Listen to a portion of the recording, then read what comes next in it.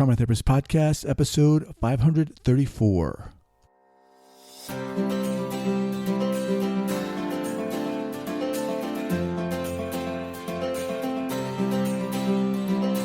right, welcome back to the Trauma Therapist Podcast. My name is Guy McPherson. My mission is to raise the awareness of trauma and to support and inspire new trauma therapists just starting out on the trauma-informed journey.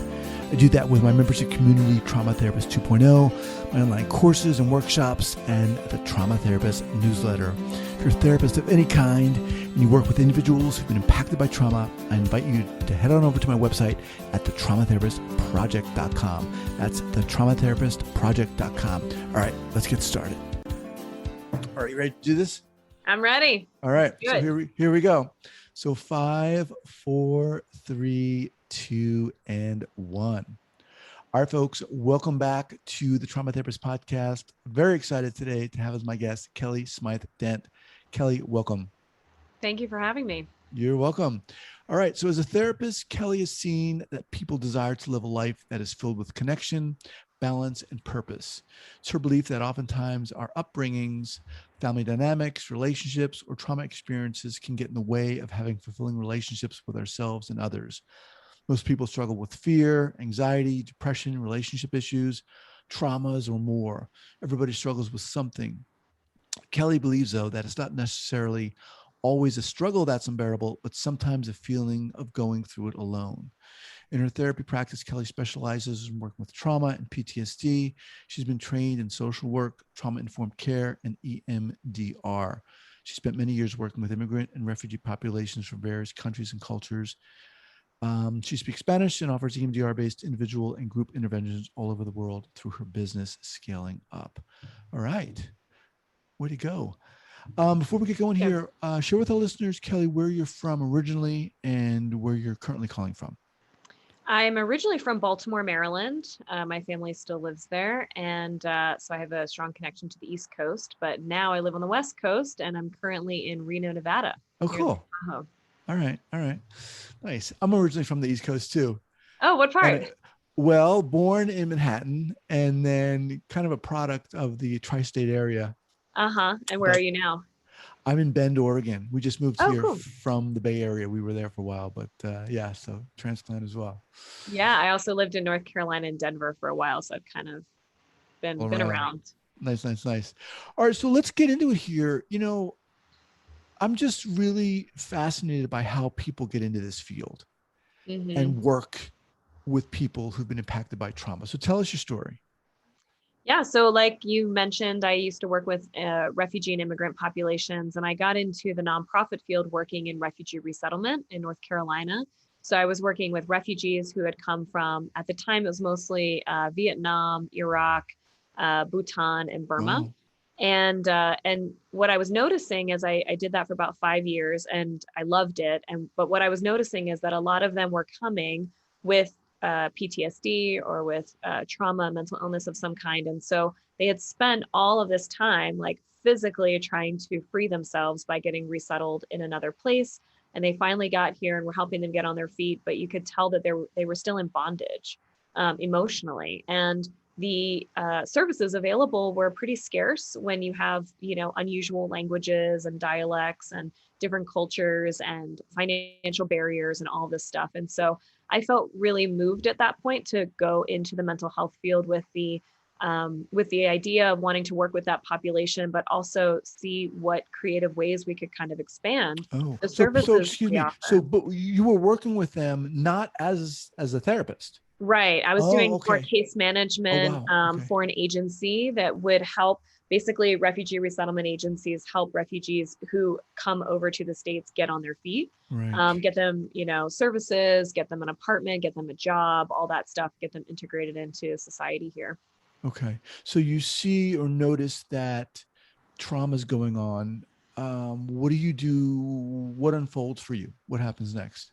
Yeah. So at that point, I decided to go back to school and go to get my social work license and went into the mental health field.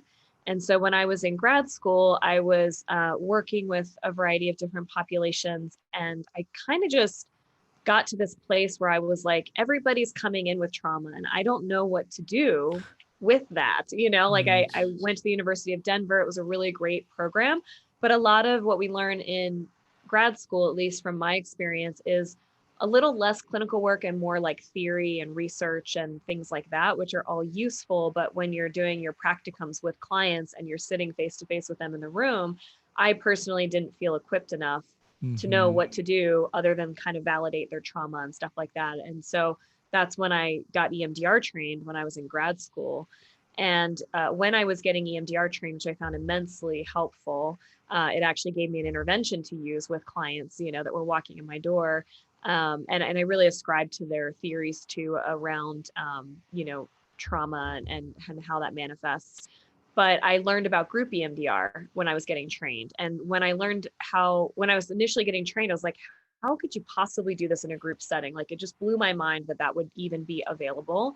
And I realized that that would be the avenue that appealed to me to work with populations from other countries and other cultures, because a lot of these cultures are very collective and Mm-hmm. communal. And so doing something together makes more sense than seeing a white individual therapist who doesn't speak your language and wants to talk about your experience. Like that's very Western way of doing therapy and healing. Right. And then in addition, like, so doing it in a group setting, you don't have to talk about your trauma with EMDR, which is really appealing to a lot of people. And you can have one interpreter for a large group of people, which is also useful. And you can also do it in intensive settings. So one of the things that I do now is, well, pre-COVID, is I would travel to refugee camps and I would partner with people and we would do 2-day group intensives. So Wow. I could work with 60 adolescent refugees at one time, doing EMDR over the course of 2 days. And get incredible results. And so it's just more accessible. It's more affordable. If you're going to charge people, Mm-hmm. they can pay less and it's still feasible for the therapist to conduct. So there's just a lot of benefits. And it's just a different way of doing therapy. It's kind of thinking outside the box than just the typical kind of 101 come to my office Yeah. agency setting, which is just one way of doing therapy. I don't think I've really talked about group EMDR. I don't even know if I've knew it was a thing, but Yeah. let's come around to that, come back to that. But I'm really curious how, what lured you or attracted you to work with this population in the first place? And how was it being a white woman doing so?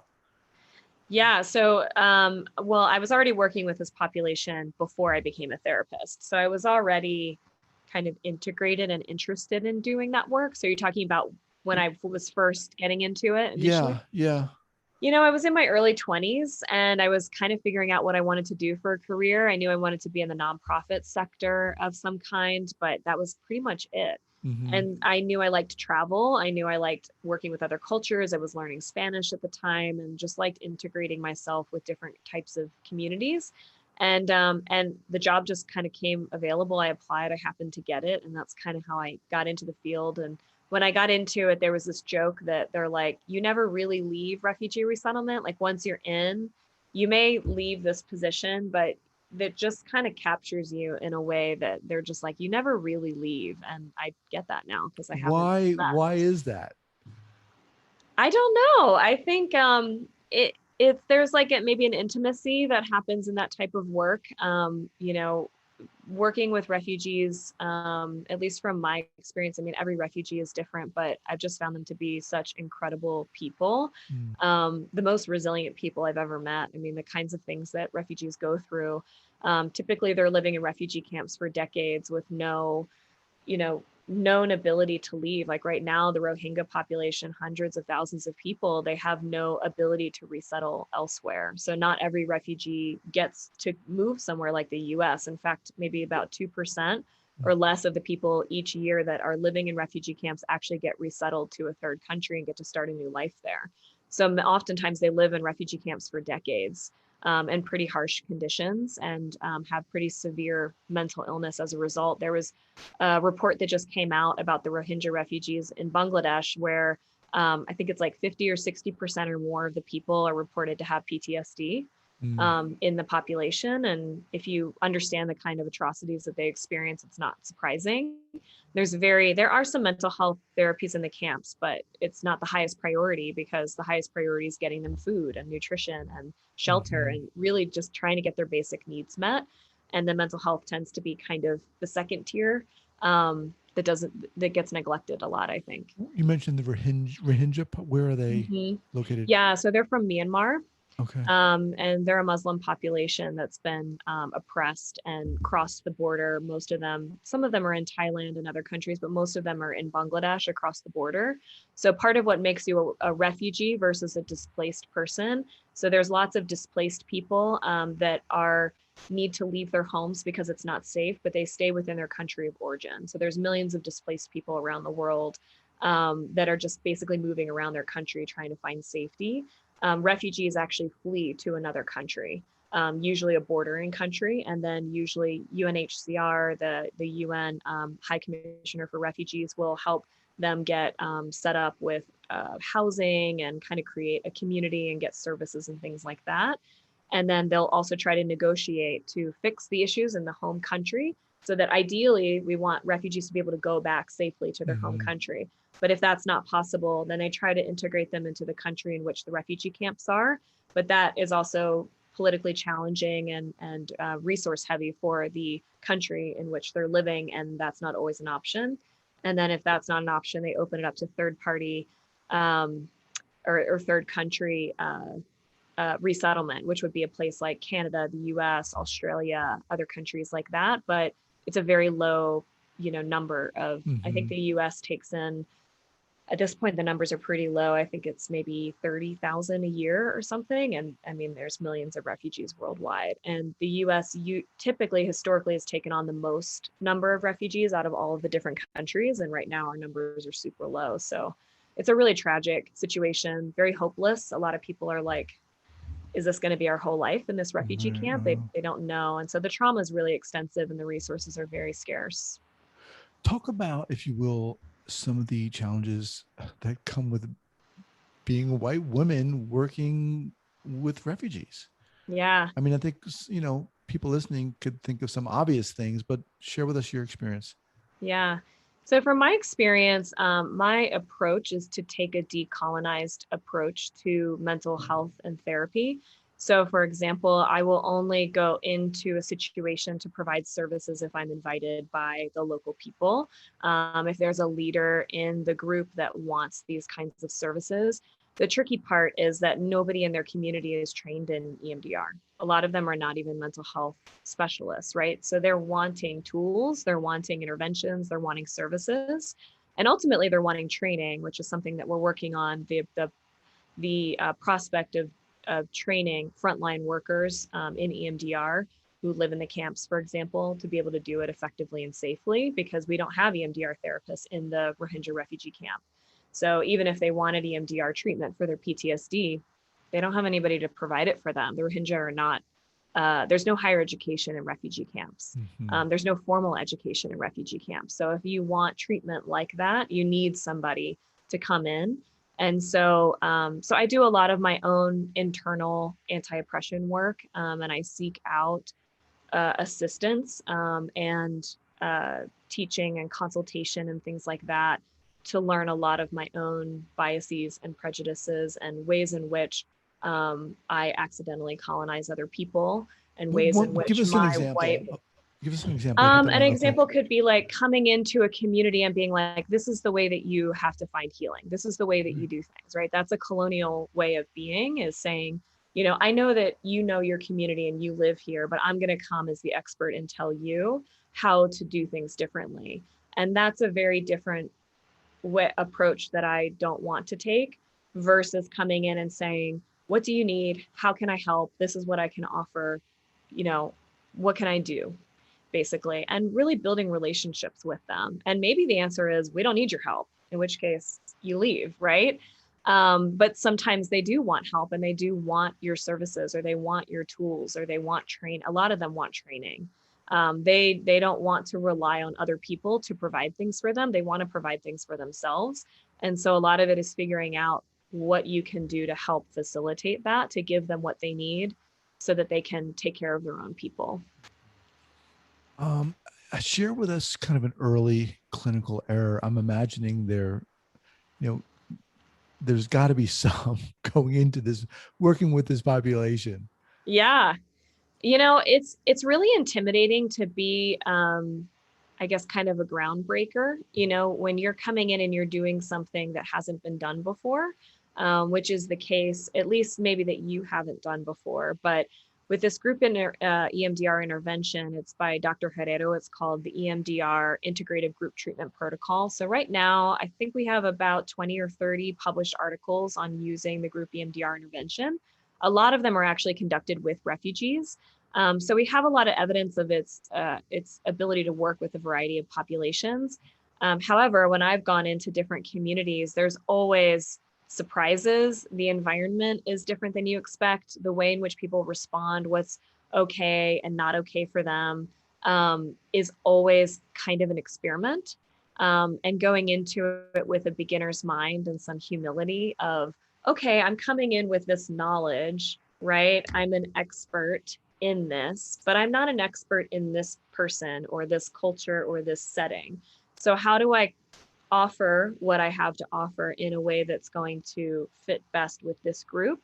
And so there's always blunders and surprises that come about in that process. And I think one of the areas that is, I think, the most talked about and nerve-wracking for EMDR therapists, especially with the idea of training frontline workers, is like dissociation tends to be kind of a scary word for a lot of people of like, what if they dissociate or what if they decompensate, which I don't exactly know what that means, but it's a term that gets thrown around a lot. Like there's a lot of fear, what if you activate all this stuff and you don't get the proper support and then they suicide, are you going to be responsible for that? And there's a lot of debate around that. And so, for me early on, I mean, there's always mistakes I'm making, clinical and otherwise, trying to learn about different cultures and working in different environments. But for me, dissociation was probably one of the bigger ones that I was learning, especially early on as an EMDR clinician, of what that even means. Like, I didn't know what that meant when I was in grad school. It's important for you to know what it is if you're an EMDR therapist. And what to do with it. And so when I was first learning about dissociation, I was finding that because I didn't fully understand what it meant, I would kind of, I think, push clients a little bit faster than they were able or willing to process, and push them kind of accidentally, what we say, outside of their window of tolerance, where they get a little bit flooded or they get a little bit overwhelmed because I didn't quite understand. And so it took me a while through, I think, a lot of consultation and like filming my sessions and things like that to try to help my consultant kind of figure out what it was looking like and how I was responding and what was happening, how I could do that differently. So I would say, kind of thinking back on like clinical mistakes, that was like a bigger learning curve for me when I was, and again, I learned EMDR in grad school. So I was a very, very new clinician when I got trained. So there was a lot of new stuff and Are you blunders. talking about dissociation while doing a one-on-one EMDR or group or both? Technically both, but we actually have not seen reports of it done, of dissociation experience in a group setting yet. Okay. And there are theories behind that. So in a one-on-one EMDR session, you're doing, eye movement, and the therapist is guiding the bilateral stimulation process. And so sometimes what happens is, because you're not in that person's body and brain, you don't necessarily always know, even though you're trying to be attuned to the client and pay attention to their affect and what they're saying and things like that. Sometimes they get outside of their window of tolerance and they may dissociate during EMDR, in which case the therapist is then trying to titrate the process in a way that's manageable and tolerable for that person. And then they're kind of bringing them back into the present moment and grounding them, which in an individual setting is very manageable. In a group setting, what we're finding is that our theory is that people are not dissociating because the client is in complete control of the process. So in a group setting, we use what's called the butterfly hug, where the clients are tapping on themselves and they are not being told how long or what pace at which to do the tapping. And so our theory, what we'll find is that when you're watching people do it in a group setting, Some people are going really fast. Mm. Some people are going really slow. Some people will stop for a little bit and then they'll start again. And it's all happening intuitively. They're just listening to their own bodies and doing it without realizing. And so our theory is that they are naturally and organically keeping themselves inside of their window of tolerance while doing that, which is why we're not seeing the dissociation. Interesting. So that was kind of a little bit about how group EMDR is utilized, but give us a little more. How many people? How does it work? Yeah, so we basically, I mean, we have a script that we use. And so there's a leader who's an EMDR therapist. So you need to have at least one EMDR therapist there. The others don't need to be EMDR therapists, but they would need to be properly trained on how to support the EMDR therapists. So at least the leader is an EMDR therapist. They're basically following a script. They're reading a script in a setting that feels like a therapy room, not like a teacher setting. So there's some kind of training and intentionality that needs to go into how you're doing it and what environment you're creating in the group setting. Because people could follow your instructions and not actually sink into the EMDR experience. If it feels like a teacher giving a lecture and giving instructions on what to do. So you're following those instructions. And then we have what's called an emotional protection team. And so with an emotional protection team, they could be EMDR therapists, they could be therapists, they could be teachers from the community, they could be case managers. Like when I go to refugee camps, they're typically case managers that are trained in some mental health interventions and are support people in the community. Because I don't have other EMDR therapists there to assist me. And so I will do a little bit of training with them beforehand so that they know how to provide proper support. And they're really kind of containing the space. They're helping make sure people are following the instructions properly. They're answering questions, and they're also just creating, with their nonverbals, they're creating an environment of containment that makes people feel safe to do their own individual EMDR processing in a group setting. How many people in this group, Kelly, generally? You can have as many as you want. So you need one emotional protection team member for every 10 adults in the group or every 5 kids in the group. So for example, when I was in Ethiopia, we had 60 adolescent kids there, and I had an emotional protection team of, I think we had more than we needed. I think we had about 20 people there, and that all knew the kids and worked with them. And so I know some people have done a few hundred people at one time. So if you have the space and the logistics are taken care of and the ability to do that, you can do very large groups. You can also do small groups like a family. If a family's in a car accident together, you can do like a family group EMDR, or couples, 2 people would be a group. The only thing that you need is that everybody in the group has a collective trauma experience. So for example, if you're working with refugees, the target that you're focusing on is the refugee journey, right? Because that's the one experience they all have in common. If you're working with sexual assault survivors, everybody's focusing on their sexual assault experience. So you know what everybody's focusing on beforehand. There's a couple of screening questions and things like that to make sure that you're eligible, but you basically follow the script. And Dr. Herrero has a training online on our website at scalingupemdr.com for EMDR therapists. Wow. So it's the same kind of trauma experience, not the same exact experience. Correct. Okay. Right. You don't have to experience the exact same trauma together at the same time, although you could. Most of the time, these people don't know each other, or they've had different experiences, but it's the same theme that you're focusing on. Okay. So let me just remind everyone, I'm speaking with Kelly Smyth-Dent. And where can people get in contact with you, Kelly? So my website is scalingupemdr.com. We also have a summit coming up that's free to attend live that you can find at beeboldsummit.com. And you can contact us from either website. So the Be Bold Summit this is our first annual summit. I'm really excited about it. So throughout my networking and the work that I do internationally, I found that a lot of therapists want to do humanitarian work. That could be international, it could be online, it could also be in their own backyard. We have mass shootings all the time in the US, we have natural disasters, we have we have COVID happening, right? There's a lot of things happening in the world in our own backyard that therapists want to be able to do rapid response teams within their own community and elsewhere. And so we do that at Scaling Up. And so the summit is designed to bring humanitarian workers together, mental health therapists together who want to create systemic change, who want to do rapid response teams, who want to think outside the box and do work maybe outside of just the therapy room, maybe in addition to their private practice or in response to some sort of collective trauma. And so we have 25 speakers that are talking about all sorts of different issues. It could be creating anti-oppression, systemic changes within the mental health field in bold and new ways.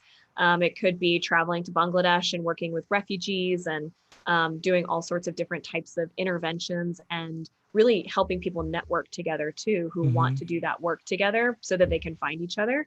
So I have partners all over the world that I've worked with that are aligned in our vision and our mission. And, we work together and collaborate. And I think finding those people is pretty crucial.